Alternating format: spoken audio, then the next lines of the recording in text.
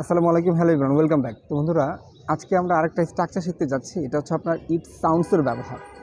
তো কখন কোথাটা ব্যবহার করবেন এই বিষয়টা আপনাদের আজকে ক্লিয়ার করে দিচ্ছি। তবে সাউন্ড, এটাকে সাউন্ডিং করতে পারবেন না। এটাকে আপনারা যদি ইন্ট্রোডাক্টরি ইটের সাহায্য নিতে চান তাহলে কিন্তু আপনার ইট সাউন্ডস করতে পারেন। তো এটার অর্থটা কী? এটার অর্থ হচ্ছে আপনার লাগে বা লাগছে বা লাগতেছে, ঠিক আছে? তিনভাবে এটা প্রকাশ করতে পারবেন।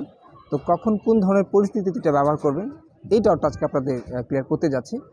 আসলে এটার যে আপনার সিচুয়েশনাল কিছু কনভারসেশন আছে, এটাকে আপনি চাইলে পজিটিভ মাইন্ডে ব্যবহার করতে পারেন অথবা আপনার নেগেটিভ ফিলিংস ব্যবহার করতে পারবেন, কোনো সমস্যা নেই।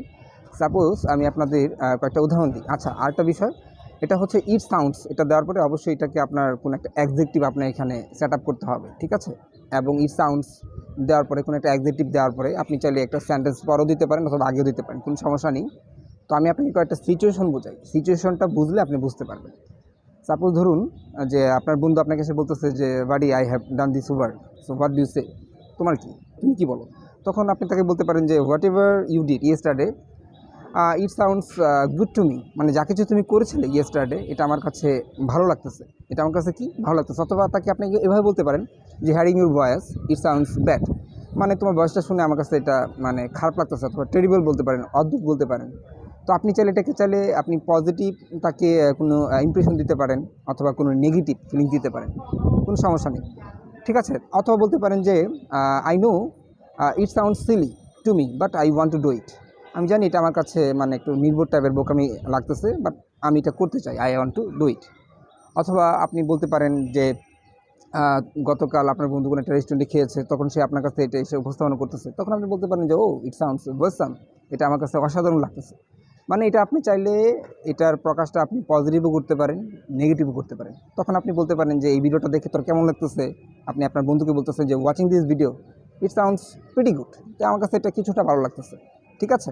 তো এটা যে লাগছে, লাগতেছে, এটা লাগে, এটা জাস্ট একটা ইমপ্রেশন, একটা এক্সপ্রেস করতেছেন আপনি কাউকে, এটা হতে পারে ভালো অথবা খারাপ। যেমন আমি বলতেছি যে ডুইং দিস ওয়ার্ক, এই কাজটা করে ইট সাউন্ডস বিউটিফুল, এটা আমার কাছে সুন্দর লাগতেছে, ঠিক আছে? তো বন্ধু, চলুন আরও কয়েকটা উদাহরণ দিই, তাহলে কিন্তু বিষয়টা বুঝতে পারবেন। সাপোজ ধরুন আপনার বাচ্চা বলতেছে আম্মু আমি তো আমার হোমওয়ার্কটা শেষ করে ফেলছি, I have done my homework, তখন আমি বলতেছেন oh it sounds good, it sounds beautiful, it sounds awesome, ঠিক আছে? অথবা বলতে পারেন যে আপনার বাচ্চা এখনও খাওয়া শেষ করেনি, তখন সে আপনাকে বলতেছে যে mom I haven't eaten my food yet, তখন বলছে oh it sounds terrible, it sounds bad.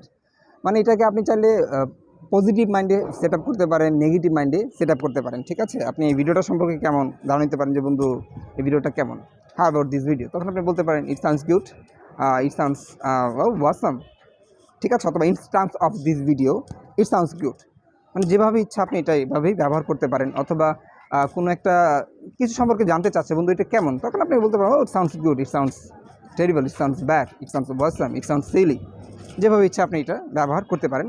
অথবা বলতে পারেন I know it sounds bad to me but nothing to do, nothing to say, ঠিক আছে? কিছু বলার নাই, কিছু করার নেই। তো ইট সাউন্ডস এটাকে আপনারা ব্যবহার করতে পারবেন, কোনো সমস্যা নেই। পজিটিভ হোক নেগেটিভ হোক, কেউ কোনো কিছু একটা করছে অথবা আপনি তাকে একটা উত্তর দিচ্ছেন, এটা ভালো হতে পারে, খারাপ হতে পারে। তো আজকে থেকে ব্যবহার করতে পারুন যে অবশ্যই যে ইট সাউন্ডস। তো আমার ভিডিওটা কেমন লেগেছে এটা সম্পর্কে আমাকে দুটো কমেন্ট জানাবেন, ওকে? তো আজকের জন্য এই পর্যন্তই। Thanks for watching and have a good day. আসসালামু আলাইকুম।